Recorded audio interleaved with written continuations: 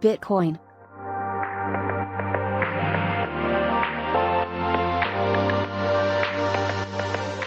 Hello and welcome to another episode of Cold Fusion. In 2009, a man named James Howells proved to be a genius when he began mining Bitcoin before anyone else had heard of it.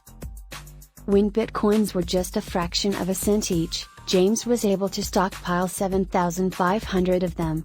His girlfriend finally forced him to stop, claiming that the mining machine was becoming too noisy. James later threw the hard drive away, and today his error has cost him over $400 million. In order to get your money, you'll need the hard drive. 35 at the time. It wasn't the first transaction in Bitcoin, but it was definitely the most widely publicized. Sadly, these delicious pizzas now cost him $500 million. Is it true that some people commemorate the day you bought the pizza? Yeah, May 22nd is Bitcoin Pizza Day, and it's stories like this that make Bitcoin such a fascinating phenomenon. Its development and popularity, at least in recent years, has been mind-boggling. Despite Bitcoin's youth as compared to conventional stores of value, the basic ideas behind crypto might be older than you think, so the question must be asked: where did Bitcoin come from and who is the elusive person who created it? In this two-part experiment, we'll figure out whether you're watching Cold Fusion or not. For several, Bitcoin is still regarded as a fad, a Ponzi scheme that would vanish as soon as it appeared.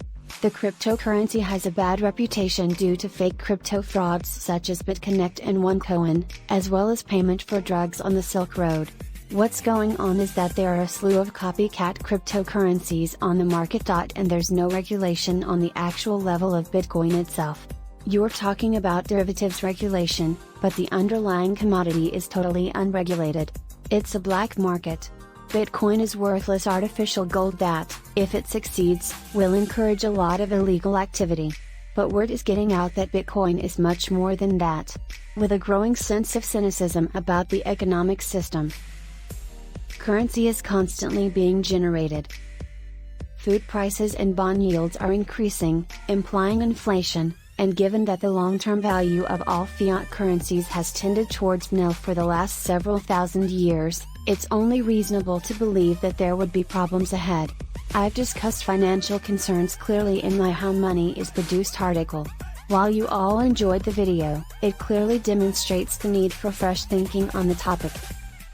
In 1984, Friedrich Hayek, winner of the Nobel Prize in Economics in 1974, said, "I don't think we can ever have a good money again until we take the thing out of the hands of government. All we can do is implement something that they can't stop by some sneaky roundabout way." End quote. Despite the fact that it is undeniable that Bitcoin is not without flaws. It achieves the same in general, and as a result, you'll quickly realize that it can't be prevented. So, before we go any further, it's probably a good idea to get a fast overview of Bitcoin. This is where I first mentioned Bitcoin, back in the year 2013. Since then, we've completed a number of projects. A series of Bitcoin and blockchain episodes. However, for those who are unfamiliar, when you pay with a credit card, the shop checks with the bank to see if you have enough money to make the payment. The bank then checks its records, verifies that you have enough money, and deducts the amount from your card. It then updates its records and charges a fee for offering their service, products and services. If you were to get rid of the banks, who would you trust to keep the books straight and prevent any tampering or cheating? No one would ever trust a single individual with that much authority, but you might put your faith in a collective community of people numbering in the millions.